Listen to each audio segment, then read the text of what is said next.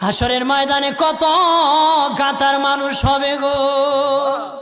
নবী বলেন আয়েশা, হাসরের ময়দানে মানুষ 120 কাতার মানুষ হবে। কয় কাতার? আয়েশা রে, হাসরের ময়দানে 120 কাতার মানুষ হবে। আয়েশা সিদ্দিকা বলেন ইয়া রাসূলুল্লাহ, ইয়া রাসূলুল্লাহ, আমি জানতে চাই আপনার রাসূলুল্লাহর উম্মত কত কাতার হবে? নবী বলেন আয়েশা, আমি রাসূলুল্লাহর উম্মত একাই 80 কাতার হবে।